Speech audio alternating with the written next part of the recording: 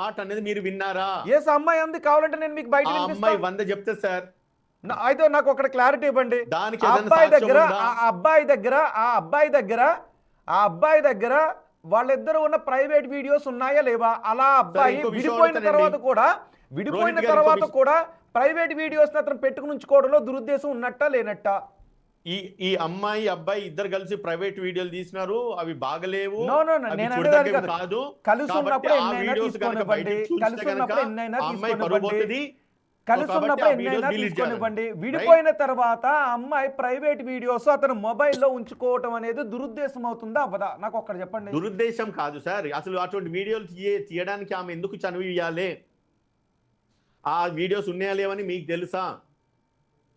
మీరు చూసినారా? No okay, ఇక్కడ 2 పాయింట్స్. Okay, good point.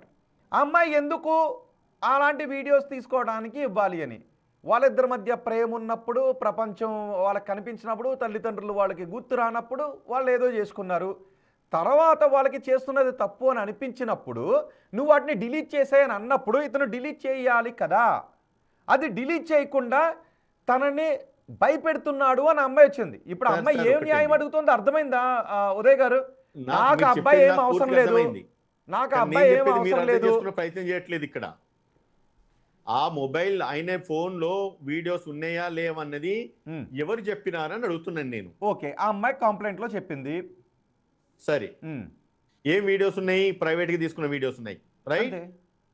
మరి ఈమె వ్యక్తిగతంగా కొన్ని వీడియోస్ మరి ఆయనకు పంపించిన వీడియోస్ మరి నా దగ్గర ఉన్నాయి, మరి మీకు పెడతానా? మీరు చూంచుతారా? మరి ఉదయ్ గారు నేను అనేది సార్ ఒకటండి, ఒక్క దిక్కు మాట్లాడకండి దయచేసి, రెండు పక్కల చూసి మాట్లాడండి. ఈ అమ్మాయి వ్యక్తిగతంగా తన ఇంట్లో కొన్ని వీడియోస్ తీసి ఈ అబ్బాయికి పంపించిన వీడియోస్ మరి నా దగ్గర పంపించింది. ఇక్కడ ఒక వెంట్రుకవాసి తేడాలో అడ్వకేట్ గారు ఒక వెంట్రుకవాసి తేడాలో ఒకటి ఉంది. ఇప్పుడు నేను ఒకటి చెప్తా. అడ్వకేట్ గారు అమ్మాయి కూడా భాగస్వామ్యురాలని చెప్పి మీరు తెలియజేస్తారా? ఎస్ అడ్వకేట్ గారు, ఒకవేళ అమ్మాయి బెదిరించడానికి పెట్టున్నట్లయితే అమ్మాయిది తప్పని చెప్తా. కాదు, ఇద్దరి మధ్య అంతా బాగున్నప్పుడు, ప్రపంచం వాళ్ళ కళ్ళ ముందు కనపడనప్పుడు, తల్లిదండ్రులు వాళ్ళకి గుర్తు రానప్పుడు, వాళ్ళిద్దరూ ఏదో చేసుకున్నప్పుడు వాళ్ళిద్దరి మధ్య షేర్ అయినటువంటి వీడియోలు బెదిరింపుల కిందకి రావు. కానీ వన్స్ వాళ్ళిద్దరి మధ్య చెడిన తర్వాత ఇదిగో నీ వీడియో నా దగ్గర ఉంది, ఇదిగో నీ వీడియో. ఇప్పుడు కొన్ని సోషల్ మీడియాలో కొన్ని జరుగుతూ ఉన్నాయి. ఏంటి అంటే ఎవరో తెలియని వాళ్ళు వచ్చి సోషల్ మీడియాలో వాళ్ళతో పరిచయాలు ఏర్పరచుకొని వాళ్ళతో న్యూడ్ చాట్ చేసి కొంతమంది అమ్మాయిలు చేస్తున్నారు. ఈ విషయం అసందర్భం, అబ్బాయిలు జాగ్రత్తగా ఉండండి. ఆ అమ్మాయిలు ఏం చేస్తున్నారంటే కొంతమంది న్యూడ్ చాట్ లాంటివి చేయించుకున్న తర్వాత మళ్ళీ ఆ అబ్బాయి ఫోన్కి పెట్టి నువ్వు నాకు డబ్బులు వేయకపోతే నిన్ను మోసం చేస్తాను కొంతమంది అమ్మాయిలు ఉన్నారు. అది తప్పు అవుతుంది. ఎప్పుడు తప్పు అవుతుందంటే మోసం నన్ను చేస్తున్నాడు నా అబ్బాయో అమ్మాయో కంప్లైంట్ ఇవ్వనంతసేపు అది మోసం కాదు. వన్స్ కంప్లైంట్ ఇచ్చిన తర్వాత అది మోసమే. సో వాళ్ళిద్దరికీ బాగున్నప్పుడు అమ్మాయి ప్రైవేట్ వీడియోస్ పంపించినా అబ్బాయి ప్రైవేట్ వీడియోస్ పంపించుకున్నా తప్పు కాదు. ఆ పంపిన దాంట్లో ఉద్దేశమే, motive is most important here. సరే సార్, నేను ఒక క్వశ్చన్ అడుగుతా మిమ్మల్ని. నేను ఒక ప్రశ్న అడిగితే సమాధానం చెప్తారా? వీడియోస్ మరి ఇద్దరు దగ్గరలో ఉన్నాయి, ఇద్దరు మొబైల్ డివైస్ లో ఉన్నాయి. అమ్మాయి అబ్బాయిని కూడా బ్లాక్ మెయిల్ చేస్తుందని మీరు ఎందుకు అనుకోవద్దు? ప్రూవ్ చేయండి, సాక్ష్యం చూపించండి. అబ్బాయి చెప్పలేదుగా చేస్తుందని. మీరు కూడా ప్రూవ్ చేయండి. మీరు ప్రూవ్ చేయండి సార్. అలిగేషన్ రేజ్ చేసినారు కదా, ఓకే, బ్లాక్ మెయిల్ చేస్తుందని మీరు మీడియా ఛానల్ మాట్లాడుతున్నారు కదా, మీరు ప్రూవ్ చేయండి. అమ్మాయి తప్ప, అబ్బాయి బ్లాక్ మెయిల్ కాదు, అబ్బాయి బ్లాక్ మెయిల్ చేసినాడని చెప్పి ప్రూవ్ చేయండి. ఓకే, చేసిందా? అమ్మాయి ఇదే అబ్బాయి అన్నాడండి నాతో. Okay, very good point, good point, very good point, very good point, very good point Uday గారు, very good point, very good point Uday గారు. అది కాదు, okay, very good point, very good point, very good point. నేను అడుగుతున్నా, very good point, very good point you raised Uday గారు. ఒకటి అమ్మాయి black mail చేసిందా? అబ్బాయి బ్లాక్ మెయిల్ చేసిండా? ఎస్ చేశాడు అని అమ్మాయి చెప్తోంది. మీరు చెప్పండి, అమ్మాయి బ్లాక్ మెయిల్ చేసిందా? అబ్బాయి నాకు చెప్పినాడు. కంప్లైంట్ చెప్పడానికి చట్టాలు లేవు. ఏది? అమ్మాయి కూడా నన్ను బ్లాక్ మెయిల్ చేసింది, ఈ వీడియోస్ నేను పెట్టుకొని నువ్వు నా మీద సెక్షువల్ అసాల్ట్ చేసినావు అని చెప్పి, నేను నీ మీద రేప్ కేసు పెడతానని చెప్పి ఆమె కావాల్సిన డిమాండ్స్ అన్ని కూడా వీని ముందు పెట్టి వీని బ్లాక్ మెయిల్ చేసిందని చెప్పి అబ్బాయి కూడా చెప్పుకొస్తా ఉన్నాడు. వాళ్ళ తల్లిదండ్రులతో మాట్లాడి చెప్పిండు. బ్లాక్ మెయిల్ చేసిందా అమ్మాయి? చెప్పిండు. బ్లాక్ మెయిల్ చేసిందా? అమ్మాయి బ్లాక్మెయిల్ చేసిందని అబ్బాయి కూడా చెప్పినాడండి. ఏం బ్లాక్ అంటే దేనికోసం బ్లాక్మెయిల్ చేసింది, ఏం కావాలని బ్లాక్మెయిల్ చేసింది? ఏం కావాలని బ్లాక్మెయిల్ చేసిందంటే ఇంకా అవన్నీ నేను చెప్పాల్సిన చోట నేను చెప్తాను. మరి అంతేగా మీరు జస్ట్ దానికి సరిపడే చట్టాలు లేవు కదా. దేనికి ఉన్నాయి చట్టంలో ఉంది కదా అని చెప్పి అది కూడా దాన్ని చీటింగ్ misuse ఎందుకు, మోసం చేసుకోవడము. కిందకు వస్తుంది. మీకు అఫ్ కోర్స్ అమ్మాయిల రక్షణ కోసం పెట్టినటువంటి చట్టాలు లాంటివి అబ్బాయిలకు లేకపోవచ్చు, కానీ మోసం నుంచో దగా నుంచో న్యాయం పొందడానికి కావాల్సిన సెక్షన్లు ఐపీసీలోనూ ఉన్నాయి, బిఎన్ఎస్లోనూ ఉన్నాయి. ఇప్పుడు మీరు ఎవరు కూడా ఆ అబ్బాయికి మైకులు పెడతలేరు కదా. రమ్మనండి. ఇప్పుడు మీరు అబ్బాయికి పేరెంట్స్ రమ్మనండి, ఇప్పుడు మాట్లాడదాం. ఓకే, పేరెంట్స్ రమ్మనండి, మాట్లాడదాం. అబ్బాయికి అన్యాయం జరిగింది, అబ్బాయి జైల్లో ఉన్నాడు, వాని జీవితం మొత్తం నాశనం అయిపోయింది. వీళ్ళిద్దరు కలిసి ప్రేమ అనే ఒక పదంతో, ప్రేమ అన్న పేరుతో వీళ్ళు కలుస్తారు, బాగానే ఉంటారు, వీడియోలు తీసుకుంటారు. ఈమె డివైస్ లో వీడియోస్ ఉంటాయి, ఆయన డివైస్ లో వీడియోస్ ఉంటాయి. ఇవన్నీ దగ్గర పెట్టుకొని ఎప్పుడైతే అమ్మాయికి ఇంకొకరితోని రిలేషన్ ఏర్పరచుకుంటుందని చెప్పి అబ్బాయికి తెలిసిందో, ఇది వరకు మీరు ఏదైతే ఓకే ఆ పాయింట్ దగ్గర నాకు క్లారిటీ ఉంది. ఓకే ఆ పాయింట్ దగ్గర క్లారిటీ ఇవ్వండి. అమ్మాయి నో ఇక్కడ వివాదం ఏంటి? ఇక్కడ వివాదం ఏంటి? ఇక్కడ వివాదం ఏంటి? మొదటి ప్రేమించిన అబ్బాయితో మొదటి ప్రేమించిన వీని జీవితం నాశనం చేసి ఈ రోజు జైల్లో కూర్చోబెట్టినారు కదా. నీకు ప్రేమించినప్పుడు అంతసేపు ఆయనతో సంవత్సరంన్నర మంచుకున్నంతసేపు ఇవి తప్పు కాదు. ఎప్పుడైతే నువ్వు తప్పు చేసావని చెప్పి అబ్బాయి అమ్మాయిని ప్రశ్నించినాడో అప్పుడు ఇది తప్పైందా?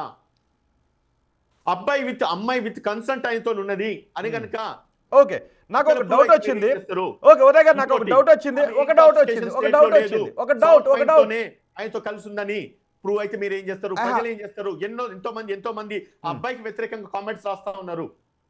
అబ్బాయికి వ్యతిరేకంగా కామెంట్స్ రాస్తే వాళ్ళ తల్లిదండ్రులు చూసి ఏడుస్తా ఉన్నారు.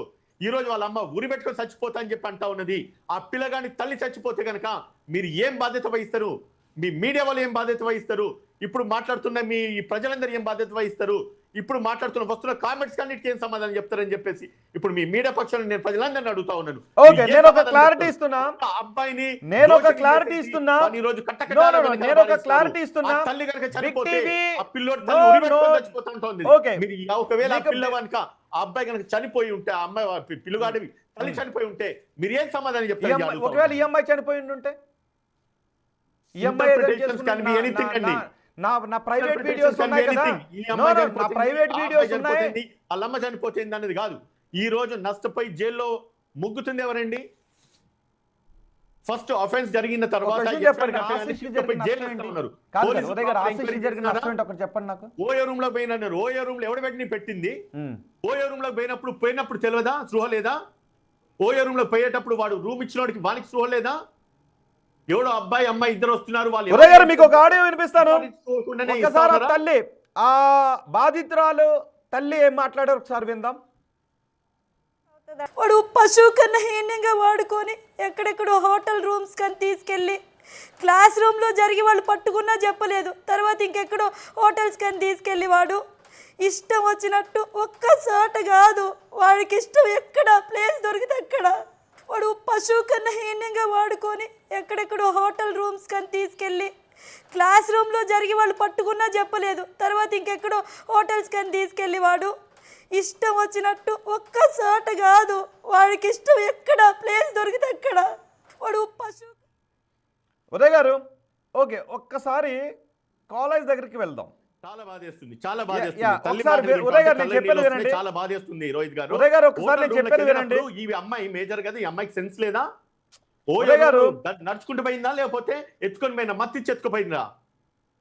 ఎట్లా వెళ్ళింది అమ్మాయి హోటల్ రూమ్ లకి? ఇంకొకటి అడుగుతున్నానండి, ఈ అమ్మాయి ఈ తల్లి ఇంత ఏడుస్తా ఉంది కదా, హోటల్ రూమ్ లోకి తీసుకెళ్లి నా కూతుర్ని ఇంత అగాయించని చేసినని చెప్పి హోటల్ రూమ్ అని చెప్పుతో ఎందుకు కొట్టట్లేదు? ఈ రోజు వాని మీద ఎందుకు కేసు రిజిస్టర్ చేయలేదు? ఈ రోజు మరి విజ్ఞాన్ జ్యోతి కాలేజ్ లో విఎన్ఆర్ విజ్ఞాన్ జ్యోతి కాలేజ్ లో ఎప్పుడైతే అమ్మాయి మీద మానభంగం జరిగిందో మరి CC camera footages exactly yes మీరు నేను ఆ పాయింట్ నాకు కావాలి. నో ఓకే ఒక అడ్వకేట్ గా చెప్పండి.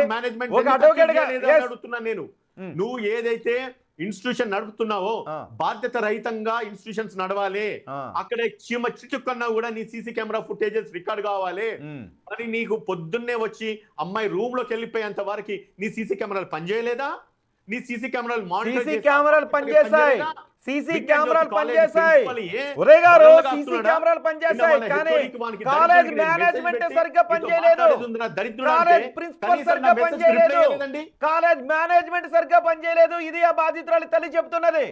ఫీజులు కట్టించుకుంటారు, ఒకవేళ ఇంకేదైనా ఉంటే నాకు కాల్ చేసి అడుగుతారు ఫీజులు లేట్ అయినా. కానీ కాలేజీలో ఇంత జరిగింది, మీ అమ్మాయి ఇలా చేసింది అనో, లేదు మీ అబ్బాయి ఇలా చేశాడనో, ఆ తల్లిదండ్రులను నన్ను పిలిచి కాలేజ్ యాజమాన్యం అడగకపోవడాన్ని ఏం చేయాలి అని అడుగుతుంది ఆ తల్లి. దాని గురించి మీరేం చెప్తారు చెప్పండి. కాలేజ్ యాజమాన్యం రెస్పాన్సిబిలిటీ ఎంత ఉంటుంది? కాలేజ్ యాజమాన్యము గేట్ లోపల నుంచి గేట్ బయటకు వచ్చేంత వరకు వాళ్ళ బాధ్యత ఉంటుంది. ఎప్పుడైతే నీ కాలేజీలో ఒక అమ్మాయి సంవత్సరంన్నర క్రితమో 6 నెలల క్రితమో ఒక అబ్బాయితోని రూమ్లోకి వెళ్ళి అందులో మానభంగం జరిగిన తర్వాత కూడా నీ సీసీ కెమెరాలు ఎందుకు పనిచేయలేదని నేను అడుగుతున్నాను సార్. విజ్ఞాన్ జ్యోతి కాలేజీని ఎందుకు ఈరోజు సీజ్ చేయలేదు? ఒక అమ్మాయి మీద రేప్ అటెంప్ట్ చేస్తే వాడికి 10 సంవత్సరాలు జైలు శిక్ష ఉంది. మరి రేప్ అటెంప్ట్ జరిగిన ప్లేస్లో ఏదైతే కాలేజ్ మేనేజ్మెంట్ బాధ్యత తీసుకోవాల్సిన వాళ్ళు నిమ్మకి నీరెత్తినట్టుగా కళ్ళకు బట్టలు కట్టుకొని ఉన్నారు కదా, మరి వాళ్ళని తీసుకుపోయేసి వాళ్ళని మరి అది నీ సీసీ కెమెరా ఫుటేజెస్ ఎందుకు పనిచేయలే? అమ్మాయిని కంప్లైంట్ చేసినప్పుడు నువ్వు ఎందుకు డిసిప్లినరీ యాక్షన్ ఈయన మీద తీసుకోలేదు? వాళ్ళకి కూర్చుని సర్ది చెప్పే ప్రయత్నం ఎందుకు చేయలేదు? వాళ్ళని బహుశా ఎందుకు నువ్వు కాలేజ్ నేరం పరువు జరగకుండా పోతుందని ఆపలేకపోయినావు? ఆలోచించుంటారేమో.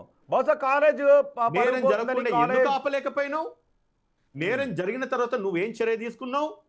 నువ్వు చర్య తీసుకున్నందుకు, నిమ్మకు నీరెత్తినట్టు నువ్వు నోరు మూసుకొని ఉన్నందుకు మరి పోలీస్ యంత్రాంగం నీ ప్రిన్సిపాల్ మీద ఎందుకు చర్య తీసుకోలే? నీ హెచ్ఓడి మీద ఎందుకు చర్య తీసుకోలేదు? ఆ మేనేజ్మెంట్ మీద ఎందుకు చర్య తీసుకోలేదు? మిమ్మల్ని నమ్మే కదా అమ్మాయి ఆడికి, ఆ తల్లిదండ్రులు ఆడికి అమ్మాయిని ఒకసారి ఆ బయట వినిపిస్తాను, ఉదయ్ గారు ఆ బయట వినిపిస్తాను ఒకసారి. కాలేజ్